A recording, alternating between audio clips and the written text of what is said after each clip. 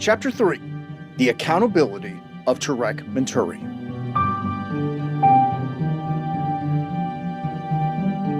When Tarek Mentouri entered the jail cell, he was crossing his arms, wearing a mask, covering his mouth. We asked him to take it off, so his responses weren't muffled, and he agreed. We didn't have much time. The jail where Mentouri is serving his prison sentence only allows 20 minutes for interviews with journalists. Why did you finally agree to answer our questions?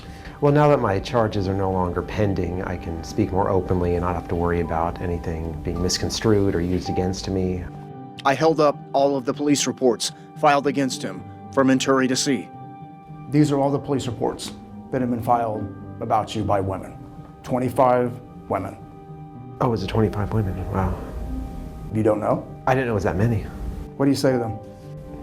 I'd like to offer a personalized apology to each one of them, but unfortunately I don't have time for that, but I will offer a big apology.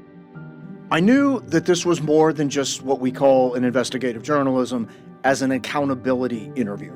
It was a chance for me to relay to Mentouri what the victims had endured.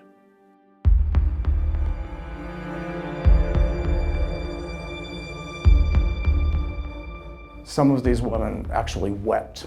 And then, sorry. When I did interviews with them, describing what you did to them.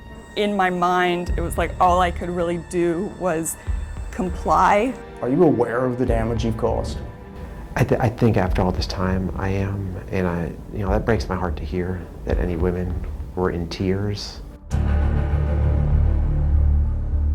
I knew if for some reason I only got one question, if Mentouri decided to end the interview and walk out, that there was one question I had to get the answer to.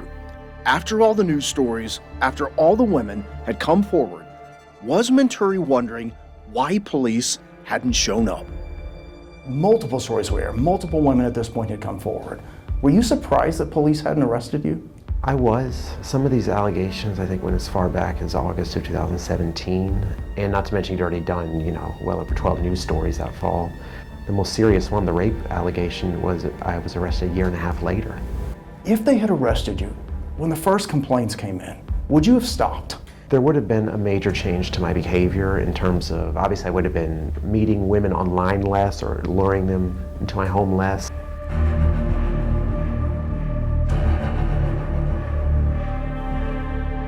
Were you purposely trying to lure them there in order to commit that crime? Yes, I think it's pretty clear that I invited them to my home under false pretenses.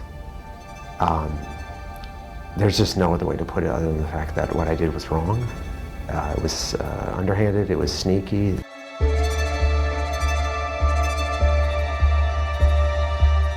I also knew that I was interviewing a liar. You said that you won the lottery, that the women were trying to get a cut of the money. At some point you told me you had a twin brother who was committing the crimes. You told me after you had been arrested, I don't speak English.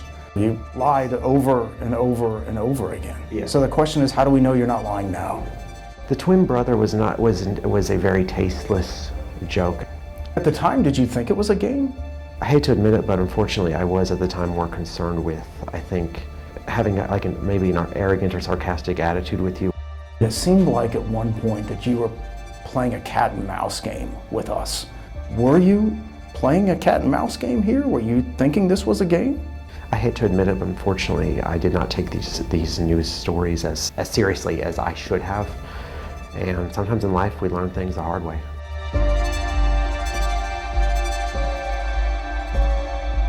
There was something else that bothered me when Mentouri was in court.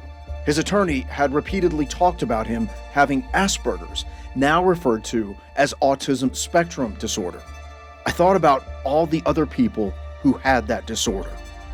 There's a lot of people with autism spectrum disorder who would never dream of doing what you did. And they may be offended that you would even use that as an excuse or an explanation. I never really wanted to use it as an excuse. There was at least some minimal relevance to my Asperger's syndrome that caused me to meet women the way I did and misjudge some boundaries. You referred to them as crossing boundaries, but you pleaded guilty to 3 felony counts of sexual battery. Yes. So crossing boundaries is one thing. Sexual battery is very different. Do you understand the difference? Do you understand the seriousness here? Yes, I don't say crossing boundaries to minimize my actions. Despite his apologies, Mentouri still insisted in the case of two of the women, they were mistaken. She felt my chin briefly on her left hand. She probably thought that she felt my genitals. Women are pretty smart. They know what they're feeling.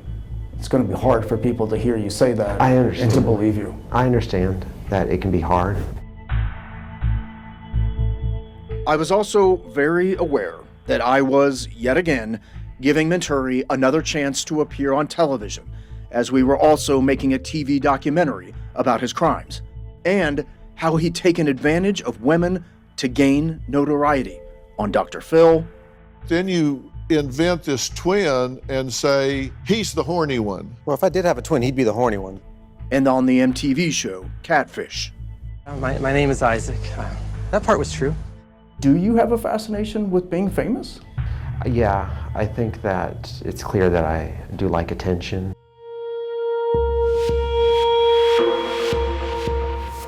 How can any of these women, frankly, how can any woman feel safe when you're released? Depending upon the circumstances of my release, whether it's probation or mandatory parole, or at a minimum the sex offender registry, there will be different forms of supervision and accountability. For the first time in my life, I'll be a convict. I had a clean record before this, I'll be a felon. So I have to be mindful of obviously not wanting to reoffend, because obviously if I ever reoffended or came back to jail for anything for that matter, I would more than likely get a more severe punishment. I'm determined to not come back to jail.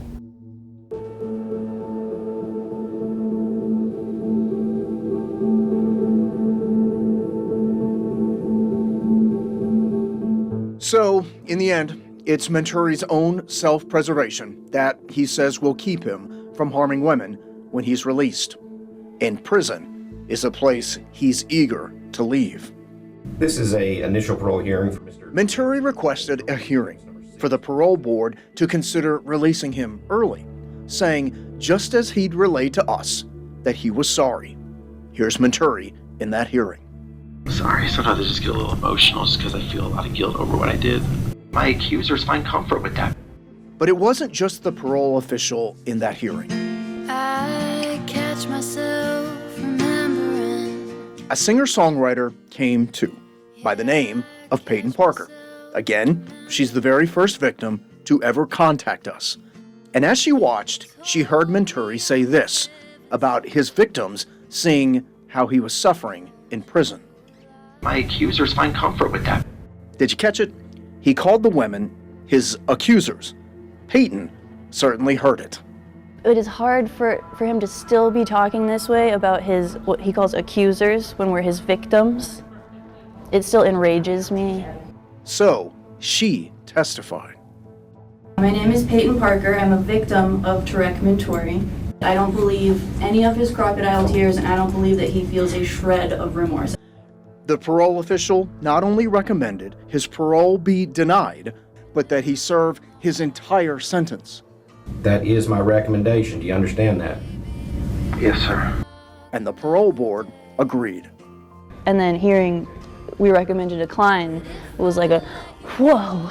So I just sort of like let it all out. How will I know?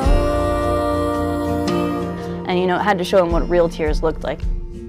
If you burn, if you learn. A final note. 4 days before our documentary aired, we uncovered yet another police report filed by an unidentified woman on September 13th, 2017. She claimed assault by a healthcare provider. Her report brings the total number of women who filed police reports about Mentouri before he was arrested on sex crimes to 26. Really hurt. I'd like to thank all of the victims and their families for telling their stories. Our gratitude to Brendan Keefe for his reporting, and to Peyton Parker for the use of her music. Our executive producers are Meredith Whittemore and Aaron Noonan. The photojournalists who recorded the interviews are Jason Finley, Jeff Bishop, and Zach Tucker. Jason Finley also edited this podcast. Our news director is Dan Fabrizio, and our general manager is Jasmine Harden. And I'm Jeremy Finley. You can find more of our podcasts on our WSMV4 app. Thanks for listening.